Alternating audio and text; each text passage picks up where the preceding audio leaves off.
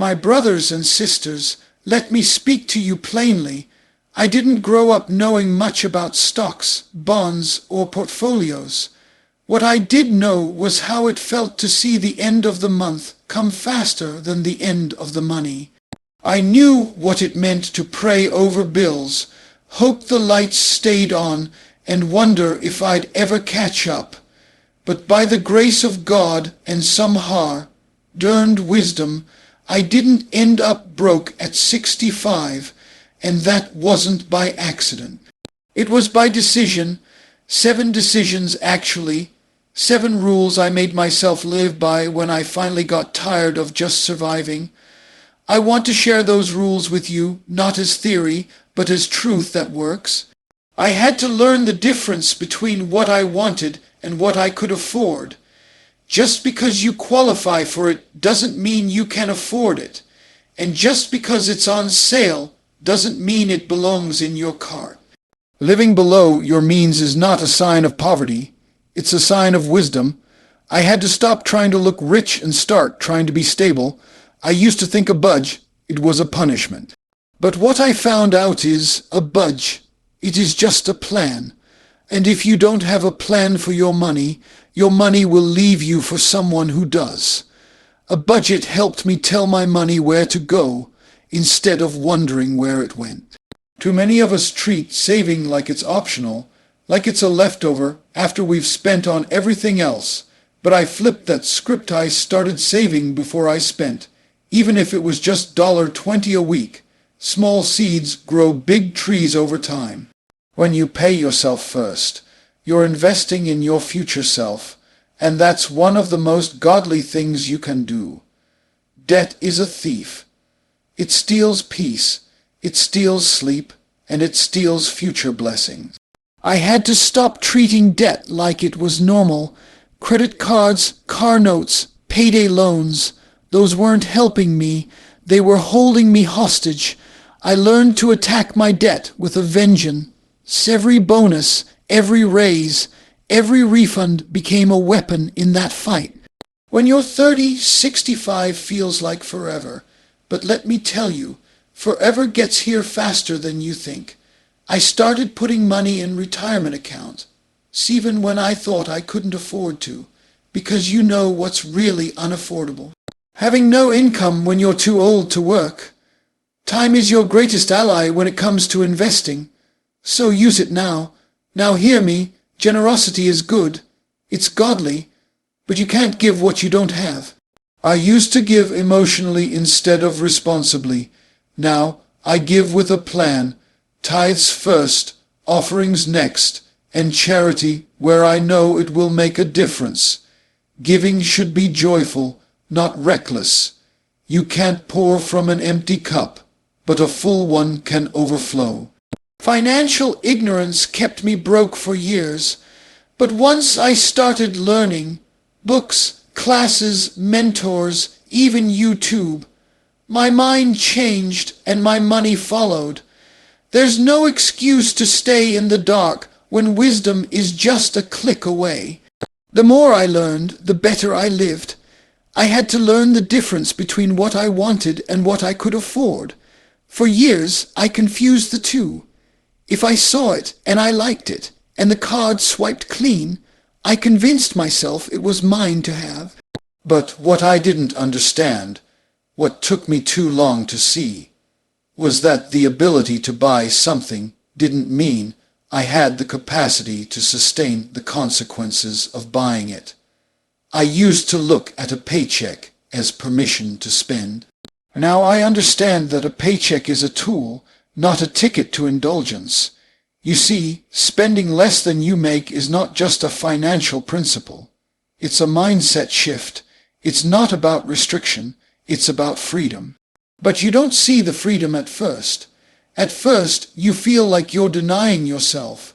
Your friends are going on vacations, eating out every other night, wearing name brands like it's nothing. And here you are, eating leftovers and walking past every sale rack like it's a trap. That's when it hurts the most. That's when the discipline cuts deep. But that's also when the breakthrough begins. I remember a time when my paycheck came on Friday, and by Monday I was already short. I thought I had an income problem. What I had was a spending problem. My expenses weren't outrageous, but they were slightly more than what I earned, not by much. Just a few dollars here, a few I'll figure it out later, purchases there. But month after month, those little leaks sank the ship. I didn't need a raise, I needed restraint, so I started tracking every dollar, not just the bills, but the snacks, the gas station sodas, the subscriptions I forgot I signed up for. When I added it up, it hit me. I was nickel and diming my way to broke. That's when I made a vow. No more spending more than I earn, not even by $1. I would live below my means, not just within them. Living below your means you choose to be uncomfortable now, so you don't have to be devastated later. It means you don't buy the latest phone just because it's new. It means you drive the car that works, not the one that impresses. It means you don't eat out 5 nights a week just because you're tired of cooking. It means you count the cost before you commit to the convenience. This isn't about deprivation. It's about direction. Spending less than you make gives you margin, and margin is where peace lives. With margin, emergencies don't become crises. With margin, an unexpected car repair doesn't wreck your month. With margin, you can breathe. And that breath, oh, it's worth more than whatever it is you're tempted to buy on impulse. That peace, that calm assurance that the lights are going to stay on, that you've got gas money, and that rent is covered. That's what spending less than you make buys you.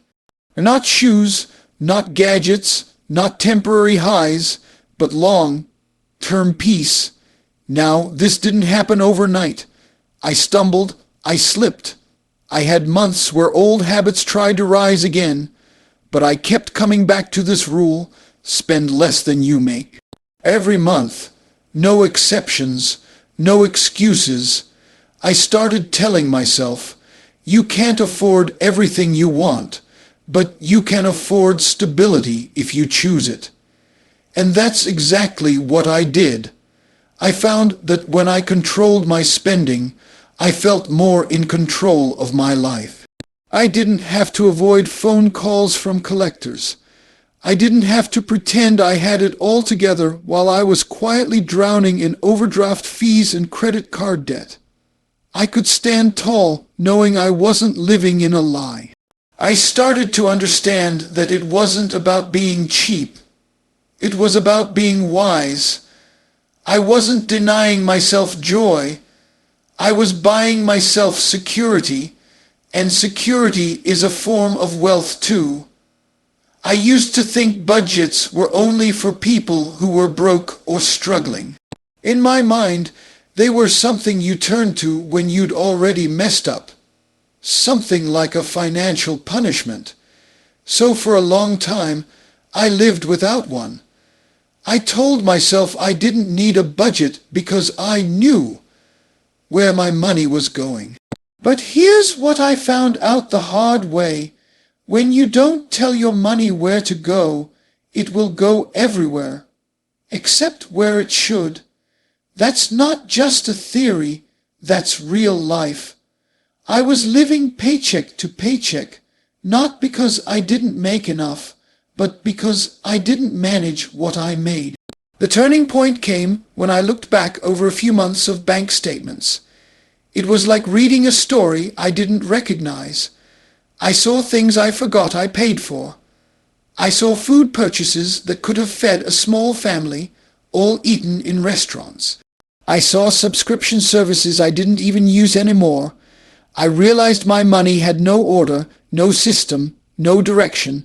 I had been working too hard to have my money just wander around like a runaway child. That's when I got serious and built a budget, not as a restriction, but as a plan. When I sat down and wrote out a budget, something shifted. For the first time, I had clarity. I saw exactly what was coming in and what was going out. I saw the gaps where I was overspending. I saw the areas where I could cut back and redirect those funds towards savings or debt repayment. I saw the truth, and the truth set me free. The budget didn't limit me. It empowered me. It gave me choices I didn't think I had. It helped me break the cycle of reacting and start the practice of planning. One of the biggest myths people believe is that budgeting is only for poor folks. But budgeting is how people avoid becoming poor. It's not about having less, it's about doing more with what you already have. Whether you earn $1, 0, 0, 0 a month or $10, 0, 0, 0 without a plan, you'll find a way to waste it. It doesn't matter how much comes in if more is going out. That's why the budget became my foundation. It told my money what to do before it had a chance to disappear. I started using the zero-based method, assigning every dollar a job. That means if I earned $3, 0, 0, 0 that month, every single dollar was accounted for. Bills, groceries, giving, savings, gas, and yes, even a little fun money. Nothing was left floating around unassigned. That one change gave me control. It took the emotion out of spending. I wasn't guessing or hoping anymore. I had a roadmap, and when something unexpected came up, because life always throws surprises, I could adjust without spiraling. It also brought peace to my relationships. If you're married or supporting a family, you know how money stress can turn small disagreements into major arguments. But when everyone knows the plan, when the numbers are written down and agreed upon, it takes a lot of the tension away. No more, I thought we had more, or where did it all go? The budget speaks. The numbers don't lie. It's right there in black and white. At first, it felt tedious. It took time to sit down every month and look over everything. But after a while, it became second nature. The same way you brush your teeth or lock your doors. You just do it because the cost of not doing it is too high. I began to look forward to budget meetings. It was like checking in with my future, making sure I was on track, not just surviving but progressing. A budget showed me that discipline is not a burden, it's a blessing. It kept me from spending emotionally. It helped me prepare for opportunities and protect myself from setbacks. Most of all, it taught me to stop being passive about money. Passivity is expensive, but purpose saves, grows, and multiplies. And budgeting is financial purpose in action. I used to treat saving like it was optional, like it was something I would get to when the real bills were paid and the fun was had. Saving was what I did with whatever was left over, and let me tell you, there was never much left over. It was always at the bottom of the list, the afterthought, the maybe if everything goes perfectly this month item, and because it wasn't a priority, it never grew, it never built, it never became what it needed to be. I kept telling myself, I'll start saving when I make more. But the truth is, if you can't save when you have a little, you won't save when you have a lot. The habit has to come before the increase. The mindset that changed everything for me was this. I decided to treat saving like a bill. Not just a bill, but the first bill. Before I paid the landlord, before I touched the light company, before I picked up groceries or put gas in the tank, I set something aside for savings. Even if it was $10, even if it was just a little piece of the paycheck, I paid myself first, and I didn't touch it. That money wasn't mine to spend. It was mine to keep. That decision taught me something important. Saving isn't about how much, it's about how often. It's consistency that builds security, not random windfalls. I started by setting up an automatic transfer to a savings account every time my paycheck hit. I didn't even let myself see it in the main account. Out of sight, out of temptation. I gave it a name, Future Stability, because I needed to remember what it was for. It wasn't just numbers in a bank. It was the roof repair I didn't know was coming. It was the medical bill I didn't expect. It was the trip I wanted to take without guilt. It was retirement, rest, peace. It was margin, and margin is what keeps you from panic when life gets real. There were months when things were tight, and I was tempted to skip the savings just to feel more comfortable. But I learned that if I waited until saving was comfortable, I'd never do it. Saving is a form of sacrifice. It's choosing the long-term win over the short-term thrill. It's saying no to something now so I can say yes later. It's not easy, but it's worth it. And once I started seeing it grow, once I saw that balance go from 2 digits to 3, from 3 to 4, I realized I was building something solid, something that couldn't be shaken every time the car broke down or a bill came in higher than I expected. The discipline of saving first began to spill over into other areas of my life. I became more thoughtful, more intentional. I wasn't living for just this week anymore. I was planning. I had vision. I had goals. I was no longer just trying to make it to Friday. I was building a future. Saving first gave me confidence. It gave me control. It helped me walk through uncertain seasons without fear, because I knew I had a cushion. I wasn't living on the edge anymore. What I learned is that financial emergencies aren't always avoidable, but financial disasters often are. If you have savings, that little buffer can mean the difference between bouncing back or falling apart. It's not dramatic. It's not flashy. Nobody claps for saving money, but it's one of the most powerful things you can do. It doesn't just protect your wallet. It protects your mind, your health, your family. It creates room to breathe, to adjust, to wait on God without rushing into the next bad decision out of panic. That room matters more than most people realize. Saving first taught me that being prepared isn't fear, it's wisdom. It's not about hoarding. It's about being a good steward. It's about seeing the value of tomorrow while living faithfully today. And once you get in the habit, it stops feeling like a burden and starts feeling like freedom. Debt crept into my life quietly, like a shadow I didn't notice until it was everywhere. At first, it looked helpful. A credit card here, a car loan there, a store account I swore I'd pay off in a month. It all felt manageable, even necessary. I convinced myself I was building credit, taking care of needs, doing what everybody else was doing. And maybe that was part of the problem. I measured my choices against a broken system. The truth was, I wasn't using debt. Debt was using me. It was using my future income to pay for my present impatience. I remember the sinking feeling I got when I realized how much interest I was paying. I thought I was chipping away at my balances, but I was mostly just treading water. I'd send in a payment, and the balance would barely move. That's when I saw debt for what it really was, a thief, not just of money, but of peace. It stole my sleep, my options, my ability to breathe.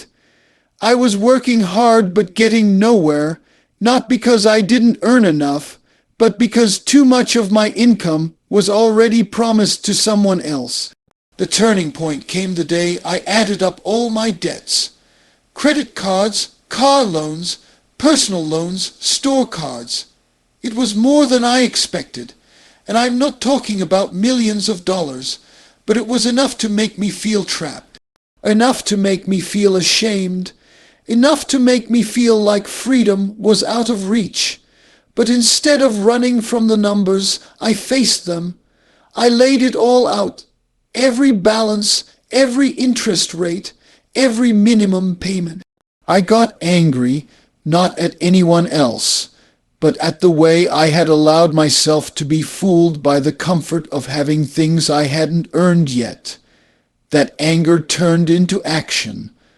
I made a list, smallest balance to largest. I didn't wait for the perfect moment or some magical raise. I started with what I had.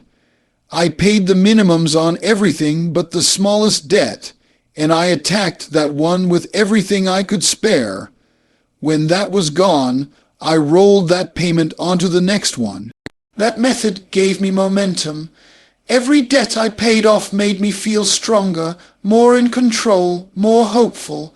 I started selling things I didn't need, cutting expenses, saying no to unnecessary spending, all to accelerate the process. It wasn't just about the numbers anymore. It was about the mindset. I stopped seeing debt as normal. I stopped believing that it was just a part of life. It may be common, but it shouldn't be comfortable. I began to associate debt with bondage, with limitation. I couldn't give how I wanted to give, travel how I wanted to travel, or rest how I needed to rest. Every month, my money was already spoken for before I even earned it. That's not living, that's surviving. There were moments of discouragement, times I felt like I was making progress too slowly, but I kept my eyes on the bigger picture. I reminded myself what life could look like with no payments, what I could do with that extra money, how I could save more, give more, breathe more. I imagined the feeling of checking my accounts and seeing zero debt. That picture fueled me when I wanted to quit. I also had to change my habits. Getting out of debt isn't just about paying things off. It's about not going back. That meant no new credit cards, no new loans, and no buying anything unless I could pay for it outright.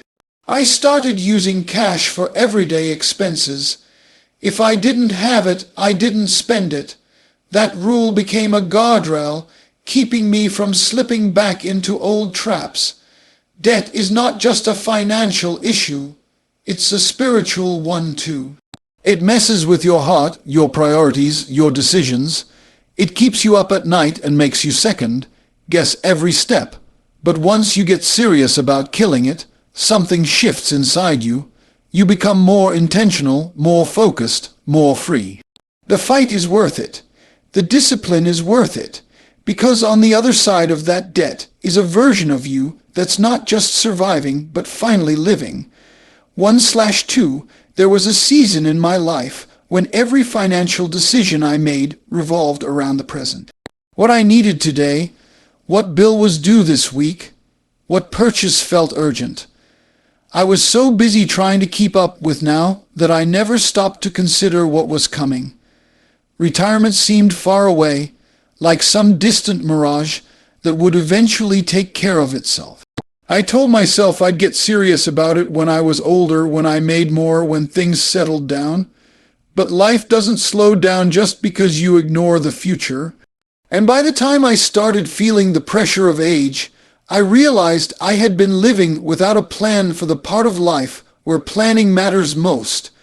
What finally shook me was seeing people close to me, good people, hard-working people, reach their 60s with nothing saved. Watching them try to survive on just Social Security, hoping it would be enough, praying their health would hold, scrambling to figure out what they were going to do. I knew that could be me. I knew the path I was on led straight to that same struggle. And I decided I wasn't going to let the future catch me off guard anymore. I couldn't afford to keep making the excuse that retirement was too far off. Because the truth is, it's always far off, until it isn't. So I got serious. I started learning about compound interest, about what it means for money to grow over time. I realized that saving for retirement isn't just about putting money away, it's about giving money time to work for you. Every year I delayed was a year lost. Every excuse I made cost me growth. I started contributing to a retirement account even when it felt like I couldn't afford to. Even when the amount felt small, I told myself that starting was more important than how much I could start with. The biggest mindset shift was learning to treat future me like someone I was responsible for. I started asking myself, what kind of life do you want to live at 65, at 70? I imagined that version of myself and committed to doing something now to take care of him. That man isn't going to want to work two part-time jobs to keep the lights on. He's not going to want to stress over every grocery trip or medicine refill. He's going to need rest, freedom, space to enjoy life. And it was up to me right now to make that possible. It wasn't always easy. There were times I wanted to pause contributions to handle other things. Emergencies popped up. Distractions tried to pull me away. But I made retirement savings a non-negotiable.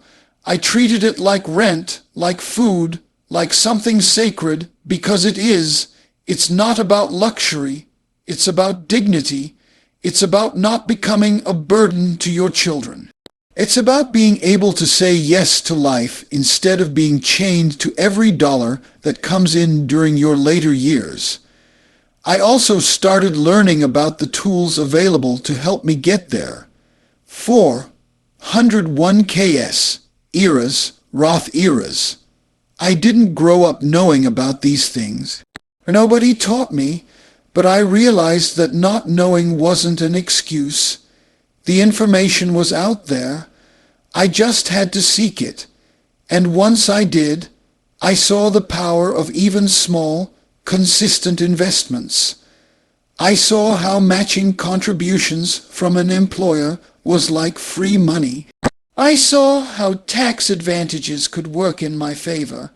I stopped being afraid of the jargon and started asking questions. This wasn't about trying to become rich.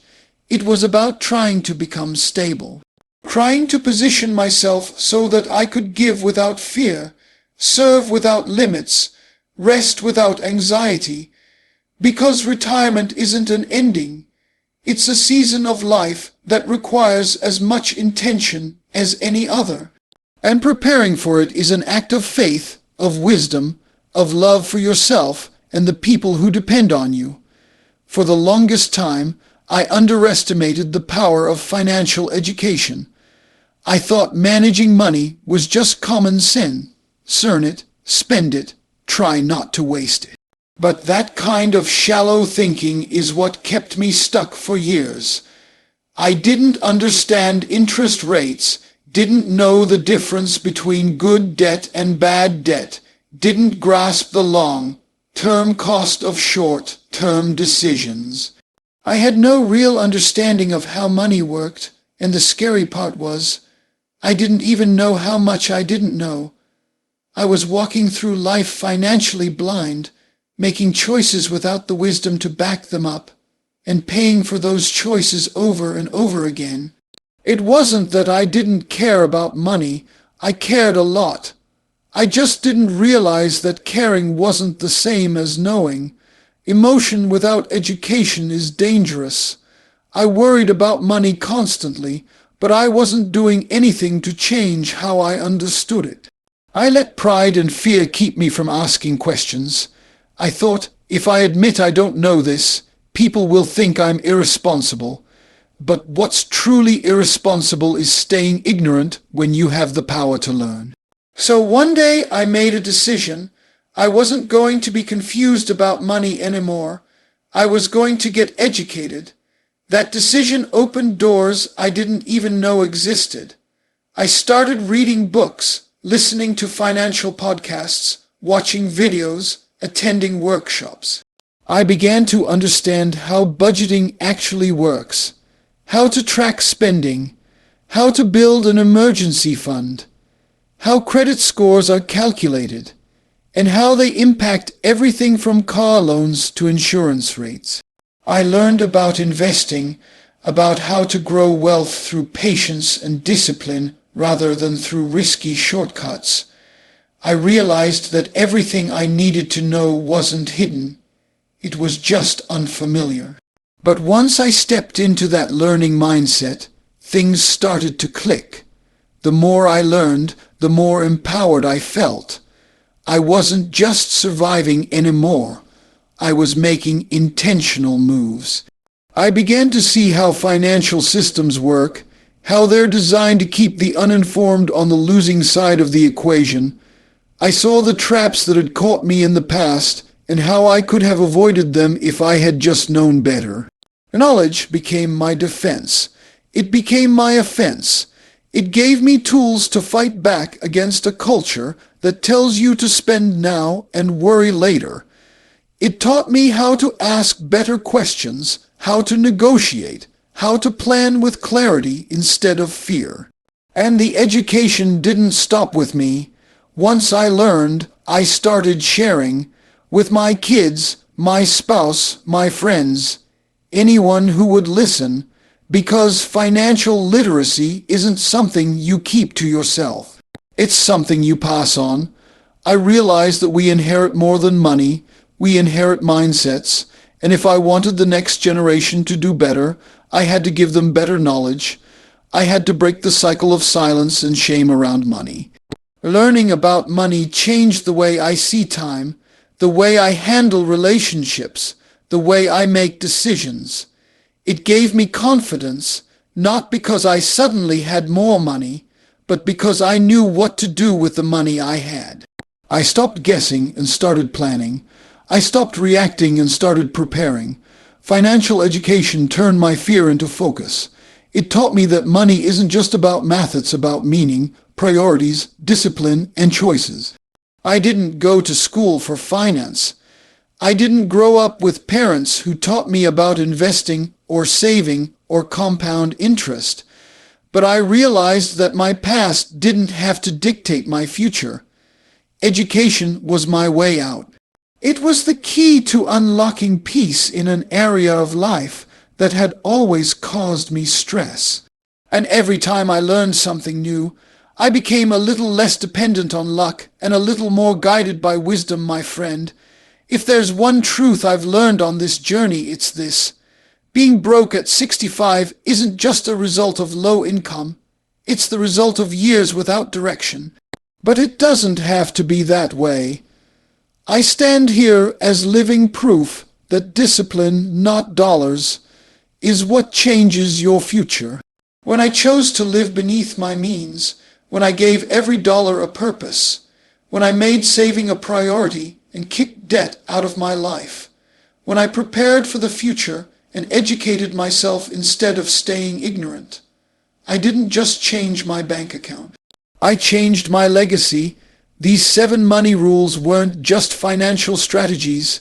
They were spiritual disciplines. They taught me patience. They taught me trust. They taught me how to say no to what I wanted now so I could say yes to what truly mattered later. And now, instead of fearing what's next, I can look forward with peace. That kind of freedom isn't bought, it's built.